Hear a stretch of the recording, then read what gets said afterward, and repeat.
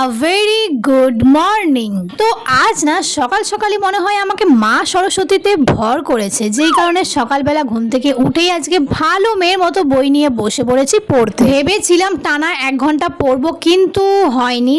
তাই ওই 40 থেকে 45 মিনিট পড়ার পরেই আবার খিদে পেয়ে গেছে, তাই উঠেই আবার ব্রেকফাস্ট করতে চলে এসেছি। ব্রেকফাস্টে আজকে বানালাম ভাত ভাজা। আমি এটাকে ভাত ভাজা বলি, জানি না তোমরা এটাকে কি বলে জানো। তো তোমাদের এটা খেতে কেমন লাগে আমাকে কমেন্ট করে অবশ্যই জানিও। দেখো তোমাদের কেমন লাগে জানি না, কিন্তু আমার কিন্তু এটা খুবই ভালো লাগে, আর এটা ব্রেকফাস্টের জন্য খুবই হেলদি আর হেভিও। তো চলো, ব্রেকফাস্ট তো কমপ্লিট। আর হ্যাঁ, বেশ কিছুদিন ধরে আমি ভাবছিলাম যে মাথায় একটু হেনা করব, কিন্তু করাই হচ্ছিল না। তাই আজকে যেহেতু একটু টাইম পেয়েছি, তাই আজকে মাথায় একটু হেনাও করে নিলাম। তারপর ভাবলাম যে চুলের যেহেতু একটু যত্ন নিলামই, কেননা মুখেরও একটু যত্ন নেওয়া যাক। তাই আবার স্ক্রাবার নিয়ে বসে গেছি ফেস স্ক্রাবিং করতে। আর দেখো, অ্যাকচুয়ালি তো ফেস স্ক্রাবিং প্রত্যেক সপ্তাহেই করা দরকার, কিন্তু দেখো ভাই, আমার তো এত এনার্জি নেই, তাই আমার পক্ষে প্রত্যেক সপ্তাহে ফেস স্ক্রাবিং করা ইম্পসিবল।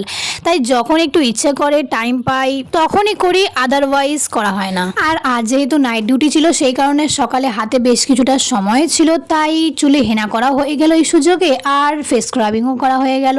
চলো এবার স্নান দান করে নিয়েছি। আর দেখো, আজকে পুজো তো মাই দিয়ে দিয়েছে, এই বেশ কদিন ধরে মাই পুজো দিয়ে দিচ্ছে, তাই পুজোর চাপটা এখন আমার আর থাকে না। স্নান করার পরে যেই সময়টা পুজো দেওয়ার জন্য লাগে, সেই সময়টুকু তো আজকে বেঁচে গেল, তাই ওই সময়টা একটু গীতা পড়লাম আর একটু মালা জপ করলাম। আর এইসব করতে করতেই প্রায় 12টার বেশি বেজে গেছিল। আর তোমাদের তো আগেই বললাম যে আজকে আমার নাইট ডিউটি, তাই খাওয়া দাওয়া করে এখন তো একটু ঘুমোতেও হবে, যাতে রাতে জাগতে একটু কম কষ্ট হয়। আর আমি জানি না কেন ফার্স্ট নাইটের দিন আমার কোনো মতে ঘুম আসেই না। আমি শুয়ে থাকি, তাকিয়ে থাকি, ফোন ঘাঁটি, কিন্তু ঘুম আর আসে না। যাই হোক, কোনো রকমে চেপে চুপে 1 ঘন্টা ঘুমোলাম। ঘুম থেকে উঠেই বিকেল হতে না হতেই আবার রওনা হয়ে গেলাম আজকের নাইট ডিউটিতে।